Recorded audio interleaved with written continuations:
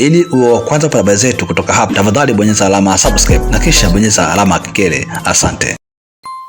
Asante kuangalia Choice Sports. Nikaribisha mtazamaji wa Choice Sports hapa Choice Sports kupata habari za michezo. Kama bado hujabonyeza alama ya subscribe na video hii, bonyeza alama ya subscribe na kisha bonyeza alama ya kengele ili kwanza habari zetu kutoka hapa Choice Sports. Na kama bonyeza alama ya subscribe, basi asante na karibu kwenda kuangalia Choice Sports. Kama kawaida tunakupa update mbalimbali ambazo zinahusu masuala mazima ya michezo kutoka sehemu mbalimbali. Nikizungumzia vilabu viwili Simba na Yanga, lakini pia kwa taarifa tu kwamba Jumamosi haiko mbali, wanasema usiku wa deni huwa hauchelewi.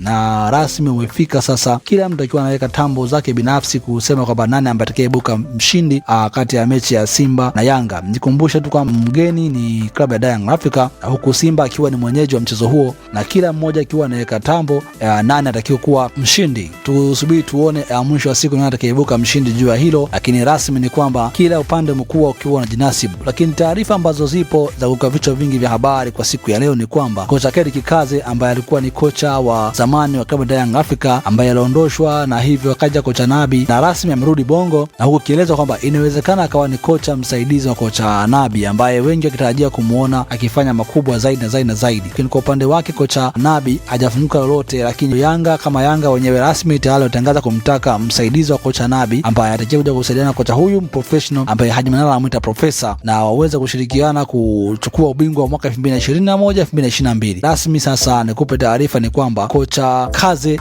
anakuwa kocha msaidizi wa klabu ya Young Africa, akiwa amechukua nafasi ya mmoja kati ya Morocco ambao waliondoka mkataba wake baada ya kuisha, na yeye sasa anajiunga rasmi na klabu hii ya Yanga kwa mara ya pili tena. Mjadala umekuwa mkubwa sana, wengi akiuliza kwamba je, itakuwaje kwa upande wa kocha Nabi kuweza kuwa kocha mkuu na tayari na kukubali na kuwa kocha msaidizi kwa wakati huo. Lakini nikumbushe tu kwamba tayari Yanga kakitosha kilenji na makubaliano yalikuwepo rasmi kati yake yeye na uongozi wa Young Africa kuhusu nani atakayekuja kuchukua nafasi ya kocha msaidizi. Nikumbushe tu kwamba kocha Nabi ni mmoja kati ambao kocha mazoefu sana wa hasa wa mpira wa Afrika, lakini pia Morocco huyu amekuwa ni professional sana wa ufundi, na hadi sasa yuko anaendelea kusuka kikosi chake cha Young Africa, na wengi wanaamini kwamba atakuja atafanya vizuri zaidi. Hili linakuja kuonekana tu mara baada kuchukua timu kutoka kocha Kaze, na sasa timu ilipo na nini kinachofanyika, na tayari anaongeza kocha Kaze ambaye wengi walikuwa wakitarajia kumuona kwamba atakuja kufanya vizuri zaidi na zaidi na zaidi na zaidi. Sasa naye anaongezeka katika team na anakuja kufanya makubwa zaidi ambayo wengi wanatarajia kuyaona, na lengo kubwa la Young Africa ni kuweza kuchukua ubingwa wa mwaka 2021 2022, na wakitarajia kuona hayo, Yanga sasa wamezidi kuweza kuongeza kocha ambaye pia ni professional, ana uwezo mkubwa kuweza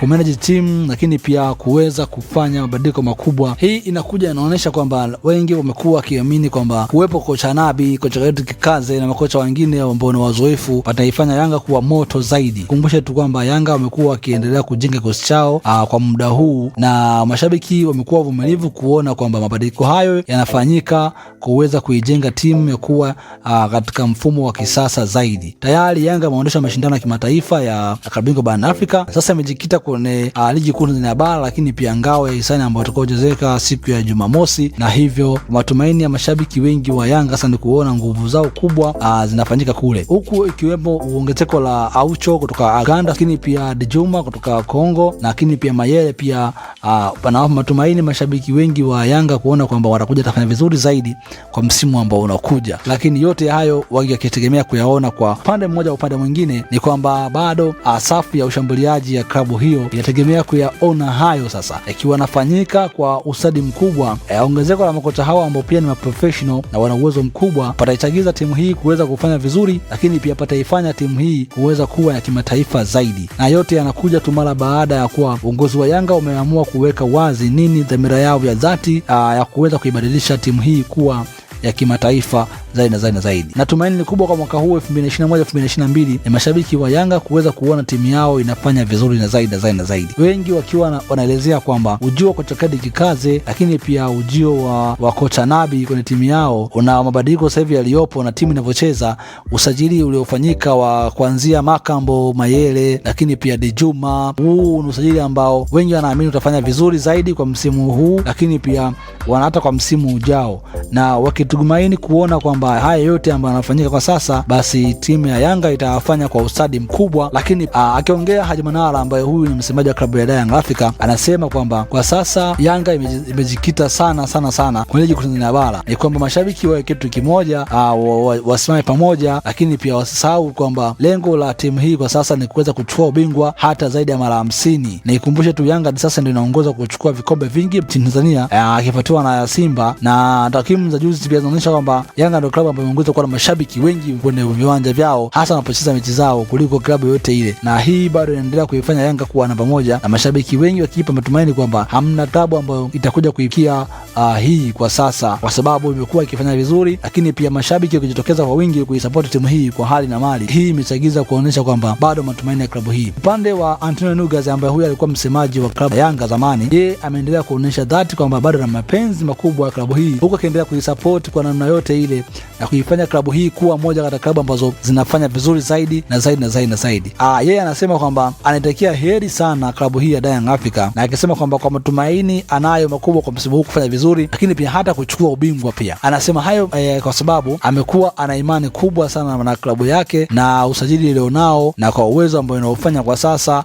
Yote anaamini kwamba itafanya vizuri zaidi kwa msimu huu, lakini hata kwa msimu ambao unaokuja kwa usajili wake ameona kwamba kitu kikubwa kinafanyika. Lakini hayo yanakuja tu mara baada ya kuwa na sehemu tu mojawapo ya usajili ambao unaofanyika kwa sasa, msajili wa kimataifa wenye kulenga hasa msimu huu na malengo makubwa ya kuweza kuchukua ubingwa na kuondoa ile kasumba kwamba Simba kila mwaka atachukua yenyewe. Basi kwa upande wake mwenyekiti wa klabu ya Young Africa Mshindo Msola amesema kwamba anawaomba mashabiki wajitokeze kwa wingi kwenye mechi hiyo ngao ya jamii kuja kuona kikombe chao cha kwanza ambacho watakinyanyua kwa siku hiyo Jumamosi tarehe 25, na wakubali tu kwamba kujiunga mkono, waendelee kujitokeza kwa wingi kama ilivyokuwa awali, watokeze waendelee kuisupport timu yao. Ukweli ni kwamba bado Yanga itaendelea kuwa namba moja na timu zingine zitafuatia. Haya maneno ambayo aliongea mwenyekiti Mshindo Msola, akiwasisitiza mashabiki kujitokeza siku ya Jumamosi kwa wingi kuweza kuishangilia timu yao ambayo wengi wamekuwa wakiamini kwamba itafanya vizuri, lakini pia itaweza kupeperusha bendera ya kijani na njano mbali zaidi. Haya maneno ambayo akiongea na Mshindo Msola baada ya kuwa akihojiwa na Choice Sports kuhusu mchezo wa siku ya Jumamosi. Basi ni hayo kutoka hapa Choice Sports. Nikomba tu bonyeza alama subscribe ili uchinde video hii ili kwanza habari zetu kutoka hapa Choice Sports. Asante kuangalia Choice Sports.